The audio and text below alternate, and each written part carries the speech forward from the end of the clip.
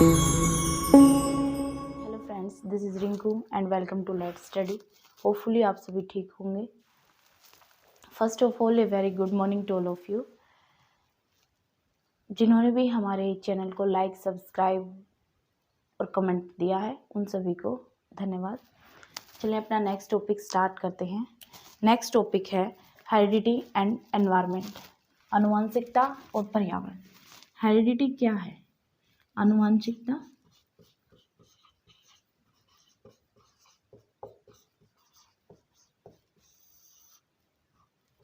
आनुवंशिकता और पर्यावरण।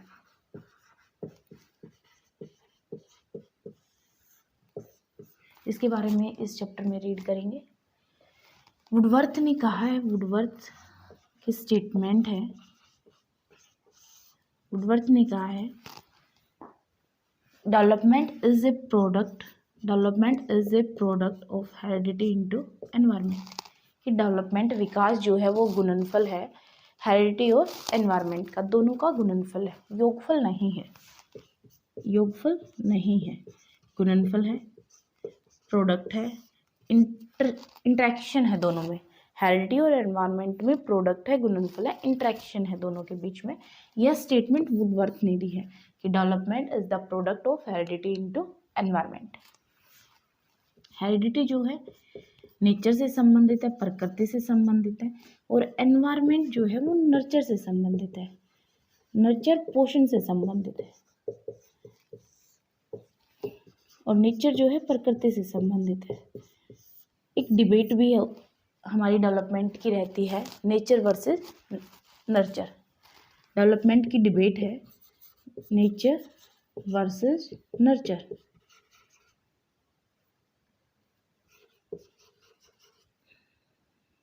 नर्चर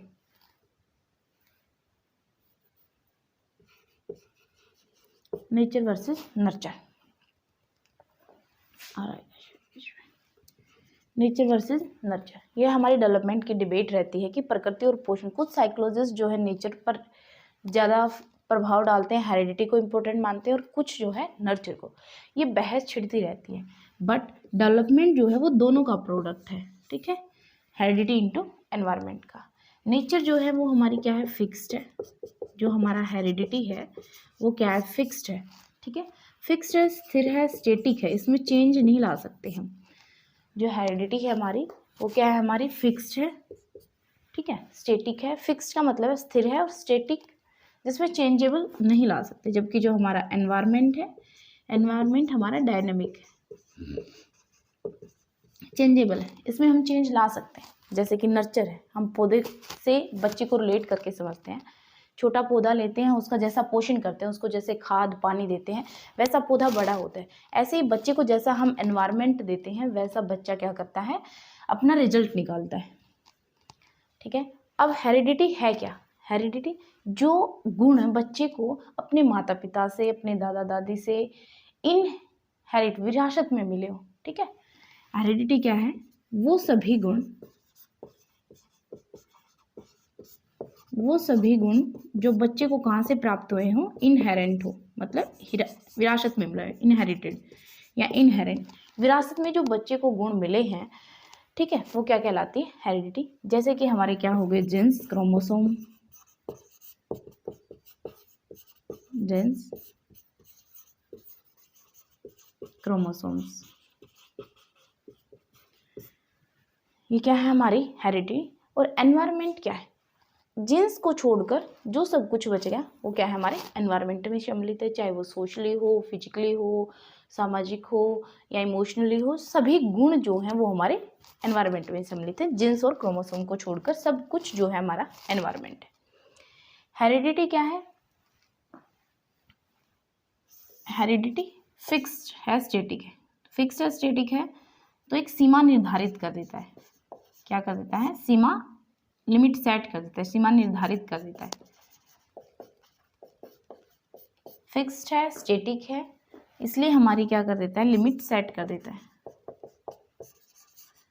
हेरिडिटी क्या है, फिक्स्ड है, स्टेटिक है, स्थिर है, चेंजेबल नहीं है, चेंज नहीं लाया जा सकता, इसलिए क्या है, हमारी एक सीमा निर्धारित कर देता है हेरिडिटी, ठीक है। तो heredity determine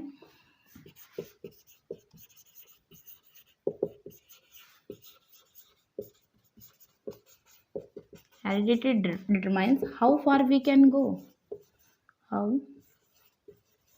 far we can go, कि हेरिडिटी निर्धारित करती है कि हम कहाँ तक जा सकते हैं, हमारी लिमिट सेट कर दे कि हमें यहीं तक जाना है, ठीक है।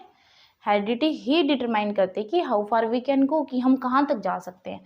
और ये क्वेश्चन बार बार रिपीट हो रहा है एग्जाम में, पिछले ईयर में भी पूछा गया था और उससे पिछले में कि हेरिडिटी कौन डिटरमाइन करता है कि how far we can go. तो कौन डिटरमाइन करता है, हेरिडिटी डिटरमाइन करती है, इसने हमारी लिमिट सेट कर रखी है तो हम कहाँ तक जा सकते हैं। एनवायरनमेंट क्या है, एनवायरनमेंट इस सीमा में रहकर, जो हमारी सीमा सेट हुई है इस सीमा में रहकर जो हमें अवसर मिलते हैं, इस सीमा में रहकर जो हमें अवसर मिले, इस सीमा में रहकर जो अवसर मिले उनमें हम अपने उद्देश्यों को क्या करते हैं, प्राप्त करते हैं, उनमें हम अपने उद्देश्यों को प्राप्त करते हैं। इसने सीमा सेट की, लिमिट सेट कर दी। इस एनवायरनमेंट ने क्या किया, उस सीमा में जो हमें अवसर मिले, जैसा हमें एनवायरनमेंट मिला उसमें हम अपने उद्देश्यों को प्राप्त करते हैं। हेरिडिटी डायनेमिक है, चेंजेबल नहीं है, इसमें चेंज नहीं लाया जा सकता, no change,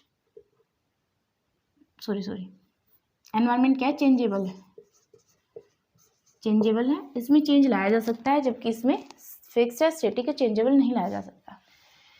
heredity biological transmitted factor है, बायोलॉजिकल है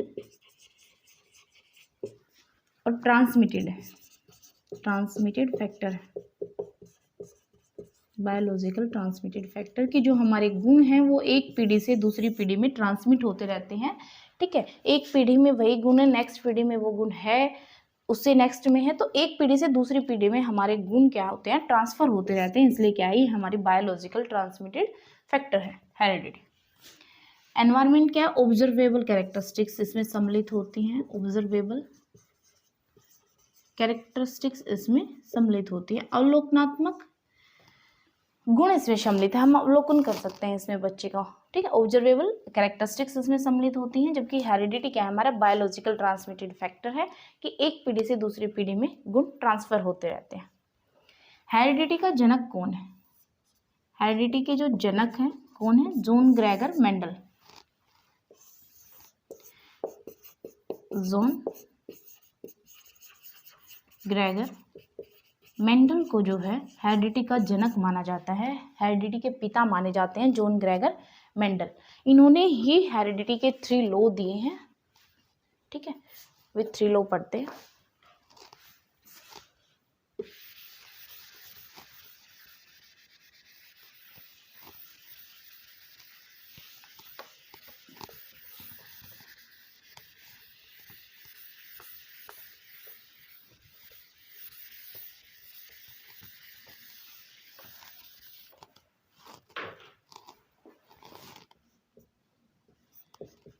हेरिडिटी के जनक कौन है, हेरिडिटी के जनक हैं जॉन ग्रेगर मेंडल।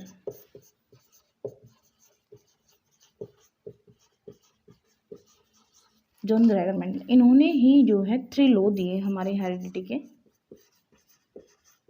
3 लॉज हैं हेरिडिटी के। फर्स्ट है law of segregation, law of segregation, law of dominant, law of dominant, और तीसरा है लॉ ऑफ इंडिपेंडेंट असॉर्टमेंट।